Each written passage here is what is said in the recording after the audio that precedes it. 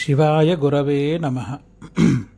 శ్రీమద్ శంకరాచార్య విరచిత శివాపరాధక్షమాపణ స్తోత్రం నుంచి మొదటి శ్లోకము మరియు రెండవ శ్లోకము ఇవాళ చెప్పుకుందాం. ఆదౌ కర్మ ప్రసంగాత్ కలయతి కలుషం మాతృకుక్షౌ స్థితం మాం విన్మూత్రామేధ్య మధ్యే కథయతి నితరాం జాఠరో జాతవేదాః. యద్యద్వై తత్ర దుఃఖం వ్యథయతి నితరాం శక్యతే కేన వక్తుం క్షంతవ్యో మేపరాధ శివ శివ శివ భో శ్రీ మహాదేవ శంభో. అనగా ఆదౌ కర్మ ప్రసంగాత్, పూర్వజన్మ చేసిన పుణ్య పాప కర్మముల వల్ల ఈ జన్మ దొరికినది. ఈ జన్మలో దొరకడం మాతృకుక్షౌ స్థితం మాం, ఈ కలి ప్రభావం వలన తల్లి ఒడిలో తల్లి గర్భంలో ఉన్నాను. ఈ తల్లి గర్భంలో ఉంటూ ఎలా ఉన్నానంటే విన్మూత్రామేధ్య మధ్యే. విన్మూత్రామేధ్య మధ్య అంటే మూత్రము, అమేధ్యము ఇత్యాది మధ్యన, రక్త మాంసాది మధ్య ఇత్యాది మధ్యన నితరం జాఠరో జాతవేద. జాతవేద అంటే అగ్ని. పొట్టలో ఉండే వేడి తట్టుకోలేక చాలా కష్టపడుతూ ఇబ్బందులు పడుతూ ఇబ్బంది పడుతూ నానా రకాల కష్టాలు పడుతూ పూర్వజన్మ కర్మ ఫలాలన్నిటినీ నెమరివేస్తూ, అనగా ఇక్కడ ఒక విషయం ఏంటంటే పూర్వజన్మలో చేసిన పాపాలు పుణ్యాలు కర్మలు అన్నీ ఈ జన్మలో కడుపులో ఉన్నప్పుడు పుట్టిన 9వ రోజు వరకు ఆ ప్రాణికి స్ఫురణలోకి వస్తూ ఉంటాయన్నమాట. ఈ పాపం చేసినందువల్లే నేను ఈ జన్మ దొరికింది, ఇది దొరికింది, ఈ జన్మ వల్ల ఈ బాధ వచ్చింది, ఇలా పూర్వజన్మలో చేసిన పాపాలు పుణ్యాలన్నీ తెలుస్తూ ఉంటాయి. చాలామందికి ఇది కొంత దూరం వరకు వస్తుంటే అది చాలా దుర్లభమైన విషయం. 100 కోట్లలో ఒక్కడికి మాత్రమే 13 ఏళ్ల వరకు 12 ఏళ్ల వరకు పూర్వజన్మ వృత్తాంతం అంతా గుర్తుండి అతను వెళ్ళి మథుర బృందావనం దగ్గర మథురాలో కూడా ఒక అబ్బాయికి తన పూర్వజన్మ సుకృతం మొత్తం గుర్తు రావడం, పూర్వజన్మ పరివారాన్ని వెళ్ళి కలవడం, ఇదంతా జరిగింది. అది వాసనా ప్రభావం అనేది ఒక్కొక్కసారి చాలా ఎక్కువగా ఉండడం వల్ల కొన్ని సంవత్సరాలు ఉంటుంది. కానీ మామూలుగా అయితే 9 రోజుల వరకే జన్మ తర్వాత అది ఉంటుందన్నమాట. ఈ కష్టాలు పాపాలు పుణ్యాలు అన్ని విషయాలు తెలుసుకుంటూ పొట్టలో ఉన్న వేడి తట్టుకోలేక చాలా రకాలైన యద్యద్వై తత్ర దుఃఖం, చాలా రకాలైన దుఃఖాల వలన వ్యథయతి నితరాం శక్యతే నైవ శక్తుం. వ్యథయతి నితరాం, ఇన్ని కష్టాల్లో ఇన్ని తర్జన భర్జనలో ఉండి శక్యతే కేన వక్తుం, ఎటువంటి మాట మంతి చేయలేని పరిస్థితుల్లో ఒక పొట్టలో బందీ అయి ఉండడం వల్ల ఈశ్వర నీ సేవ కానీ నీ నామస్మరణ కానీ స్ఫురణకు కూడా చేసుకోలేకపోయాను. నా యందు దయతో క్షంతవ్యో మేపరాధ శివ శివ శివ భో శ్రీ మహాదేవ శంభో. క్షంతవ్య, నా అపరాధాన్ని మన్నించు హే ఈశ్వర శివ శివ శివ పరమేశ్వర అని మనం ప్రార్థిస్తున్నాం ఈ శ్లోకంలో. దీంట్లో శంకరాచార్యులు వారు చెప్పవచ్చేది ఏంటంటే, గర్భస్థ శిశువు అని పుంసవనం అని 3వ నెల చేసిన దగ్గర నుంచి ప్రాణి యొక్క శరీర ఆకృతి మొదలవుతుంది.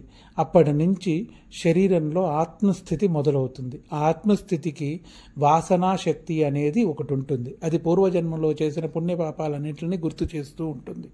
అవన్నీ గుర్తుకొచ్చినప్పుడల్లా బాధపడుతూ ఉంటాడు. అక్కడే ఉంటాడు శరీరంలో, గర్భాశయంలో. ఆ గర్భాశయం చుట్టూ మలమూత్రాల మధ్యన చాలా కష్టాలు పడుతూ వేడి తట్టుకోలేక చాలా పరిస్థితుల్లో చాలా ఇబ్బందులు పడుతూ ఉంటాడు జన్మ వచ్చేంత వరకు.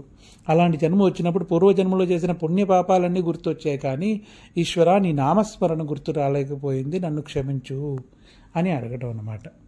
2వ శ్లోకం. బాల్యే దుఃఖాతిరేకాన్ మలలులితవపుః స్తన్యపానే పిపాసుః నోషక్తశ్చేంద్రియేభ్యో భవమలజనితా జంతవో మాం తుదంతి నానా రోగాది దుఃఖాత్ ధృదిత పరవశ శంకరన్న స్మరామి క్షంతవ్యో మేపరాధ శివ శివ శివ భో శ్రీ మహాదేవ శంభో. అనగా బాల్యే దుఃఖాతిరేకాన్ మతలబ్ బాల్యావస్థ అనేది జన్మ నుంచి మొదలెట్టి 12 ఏళ్ల వరకు బాల్యావస్థ అని అంటారు దాన్ని. ఈ బాల్యావస్థలో ఏంటంటే పుట్టుకతో స్తన్యపానే పిపాసః, అమ్మ పాలు తాగడం, ఆకలేసినప్పుడు ఏడవడం, దానికి పాలు తాగడం, ఇదే మొదటి పని. సరే, ఇంకేమైనా చేశానా అంటే ఒకే చోట పడి ఉంటాను. మూత్రం వచ్చినా మలం వచ్చినా దాని మీదే పడి దొల్లుతూ ఉంటాను తప్ప ఏడుస్తూ ఎవరైనా వచ్చి తీస్తే కానీ నాలో ఆ శక్తి ఉండదు. లేచే శక్తి కూడా ఉండదు, కడుక్కునే శక్తి కూడా ఉండదు, శుద్ధి పొందే శక్తి కూడా ఉండదు. సరే, అది జరిగి కొంతవరకు వయసు మొదలైంది, ఒక 3 ఏళ్ళు దాటాయి, చౌడకర్మ అయ్యింది. దాని తర్వాత ఏమైనా శక్తి వచ్చిందా అంటే దాని తర్వాత ఆటల మీద ఆసక్తి విపరీతంగా ఉండి పిల్లలతో పాటు మిగతా పిల్లలతో పాటు ఆడుకోవడము, తిండి మీద ధ్యాస. కొన్నిసార్లు అనారోగ్య కారణాల వల్ల, కొన్ని రకాల కీటరాశులు కుట్టడం వల్ల రోగాలు బారిన పడుతూ, అంటే అప్పట్లో జ్వరాలు అవి ఇవి చాలా వస్తూ ఉండేవి కదా, అలా దాన్ని ఆధారంగా చెప్పారు. కీటాలు అవి కుట్టడం వల్ల రోగాలు బారిన పడుతూ ఏడుస్తూ నానా రకాల విచారాలు అనారోగ్యాలతో పరవశ శంకరం నస్మరామి, శంకర నీ నామస్మరణ కూడా నేను చేయలేకపోయాను. ఆ సమయంలో నాకు ఎవరు చెప్పేవారు కూడా సరిగ్గా లేరు. నేను దాంట్లో ప్రధానంగా ఈ బాల్యావస్థలో చేసిన మహా గొప్ప పని ఏంటంటే ఏడవడం.